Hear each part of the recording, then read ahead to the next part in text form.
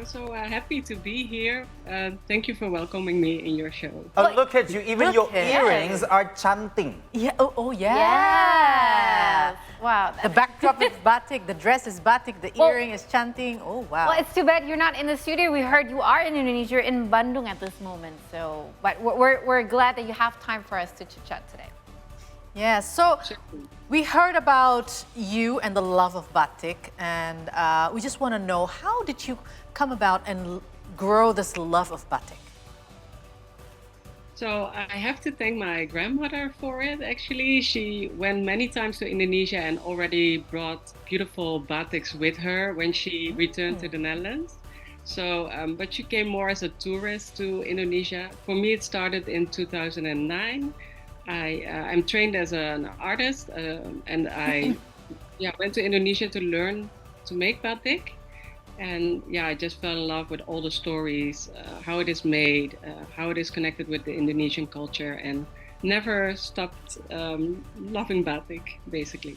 Okay, now growing the love of batik and learning about batik are two different things, because I do love batik, and if you ask me if I want to learn to make it or about it, I have to think twice. But how did you start learning batik in the first place? Doing all the research and everything. Yeah, because that's quite some, some time needed. Yeah. Certainly. So the making, I first thought let's learn to make batik. This I let go quite soon. It's a difficult technique and it takes years to master. Usually young girls learn batik when they are 8 or 9 years old and then just follow in their mother's footsteps. So I was already behind when I started. But for the research on batik, the good thing, or luckily I'm in the Netherlands where we have a lot of collection, actually, beautiful textiles. Also, in the past, there were many researchers in the Netherlands researching batik, writing books. So I can learn both when I'm in the Netherlands and when I'm here. So I can, be busy with batik every day. Batik. Well, it's great. There is a history with batik between the two countries as well. Now, among so many kinds of Indonesian batik, right? Which ones are your favorites, or the ones that you feel are most special? All right, I think we have a connection. Okay, it is. We got you back. I'm back. Okay, you're back. Yes. So, did you catch the last question? My favorite kind of batik, or Yes. yes. So, as so many kinds of batik around Indonesia. Yes. Well, of course, I have to say I love all batik, but I focus personally on batik from the North Coast, so pesisir batik. I like it a lot because it's very colorful and the artists have more freedom in their designs. So I find it very interesting to follow and to see what they're making. And then, I love to go to these places. But honestly, I love all batik. Wow. Yeah, so we also heard that you don't really like the printed batik. Why is it? Is that because it's cheap? I mean, it's not full handmade. She learned how to make. She learned how to, even the Look at her thing earrings. is there. I mean, she's going to use all those. So why? Did you have any experience with the printed batik? So actually, if you try to buy batik in Europe, mostly printed textiles actually come to Europe. And also a lot of tourists who buy batik come home realizing it's actually printed. And that's, it can happen, but I always say, like, we really want to support the real batik, the handmade batik. It's such a beautiful craft, and you cannot support it if you buy the printed one or you wear the printed one. I understand, of course, that the printed is more affordable, but I always say, like, let's not call it batik at least. Say printed textile with a batik motif. And then we have the beautiful batik tulis and the beautiful batik chap that are really part of the UNESCO heritage, and that we should proudly wear and protect, right? So because that makes sense to me. If Sabine was saying, let's not call it batik, because batik itself is actually the activity of batik, or the the membatik, that activity of drawing with your hands and stuff, with a certain wax and all, with that tools that is now hanging on her ears called chanting. So yeah, it's like in the case of if you are cooking, you won't be really using some instant ingredients. Instead, you will probably go for, you know, from scratch. Yeah, just be ready with the thick water. If I'm not mistaken, batik is actually the motifs itself, right? The tulis is where you actually hand make it, right? Is it? Did I get it wrong? Okay. So which one is Which one is it? Which one is it to the expert?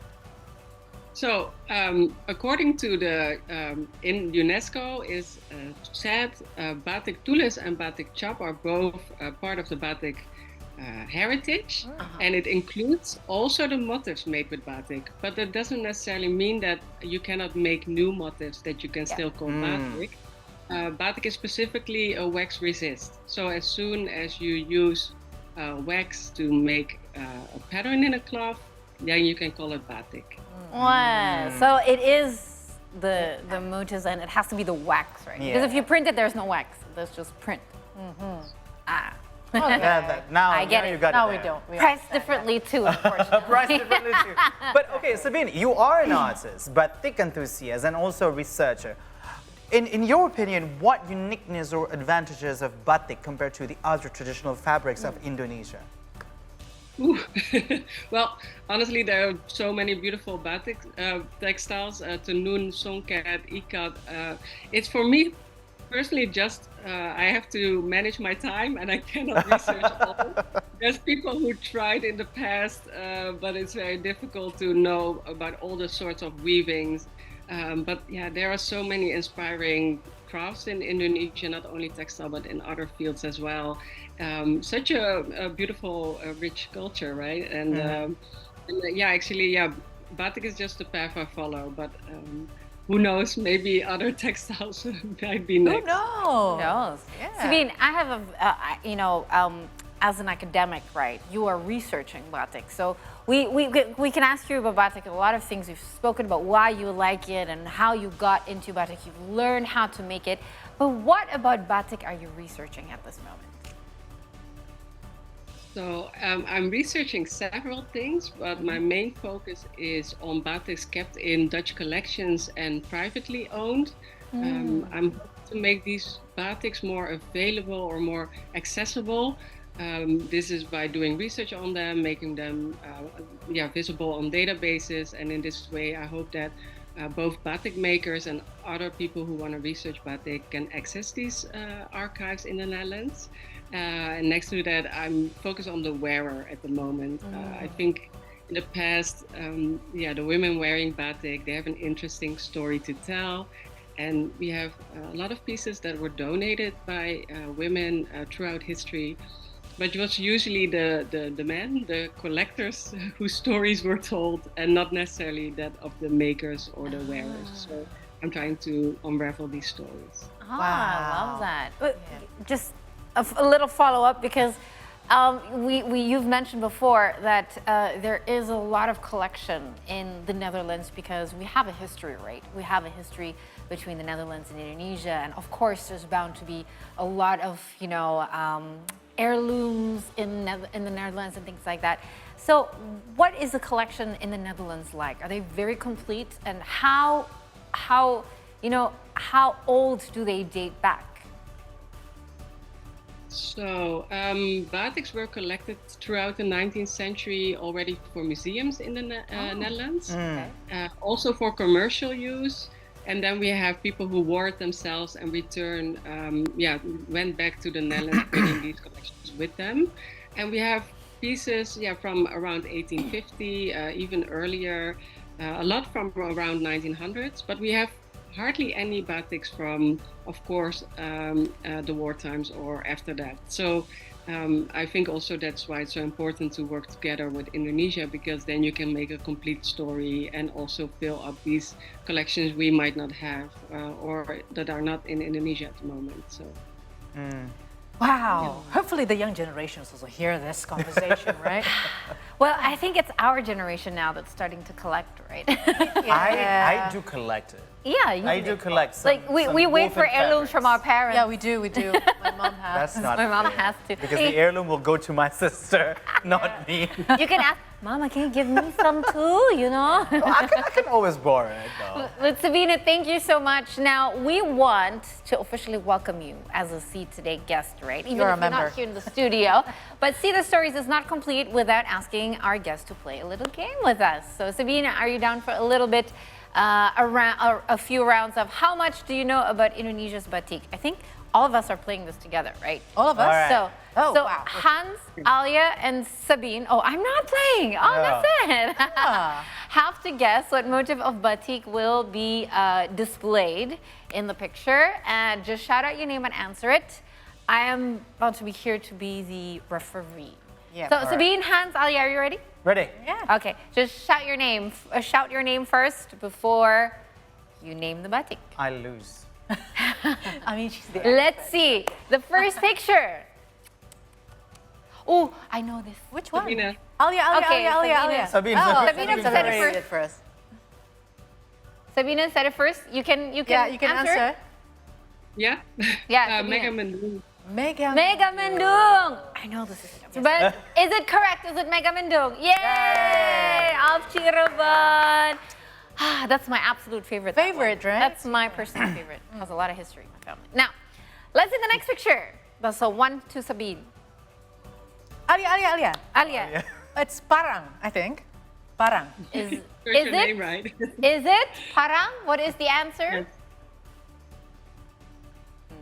Yes.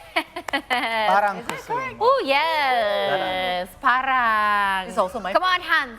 Come on, Hans. Hans. Sabine has one. Ali has one. Hans also. Okay. At least one. We have a couple At least more. one, at least one. Let's see. This is the last picture. Oh, The last picture? yes. Let's take a look. Ooh, I can't see from here. It's also Parang, no? Hans. Is it parang rusak? Is it? I don't know. Is it? Is it? Can we have the answer? Yeah, let's have the answer. No, it's not. Batik It's okay. Garutan. Is it? So Oh, this what is is Garutan. what is the But distinctive? you can Java. also, yeah. What is the distinctive differences between Parang and Garutan. Parang and Garutan and Mega Mendung? Of course, Mega Mendung we know that It's very looks like different. it looks like Clouds. But with Parang and also Garutan, It's like lereng or something, right? Yeah, lereng, indeed. There's yeah. several motifs that are in diagonal lines. And I always explain it as they are part of a family. So you have the Parang family, and then you have Parang Rusak Baron, and all different ones. And I think if you know already the first name, you are doing very well. You don't need to know the specific details. But of course, if there's a dress code at the kraton, it might be handy to know which parang you can or cannot wear. So there's specific where you do need to know these details. Yeah. We tend to try to understand people when they wear certain types of motifs of batik, right? Yeah. Like the president and the candidates. Yes. When they wore batik shirts. Oh yeah. All Interesting. right. indeed. So it was a very interesting game, and thank you so much, Sabine, for giving us all the insights about batik. Very interesting, and hopefully, all of us can love batik more and more. And thank you for doing all the research. Thank you, Sabine. Thank you. bye. Bye. Enjoy Bandung. Love batik. Oh, Ah. the Dutch lady is doing a research about batik. Not.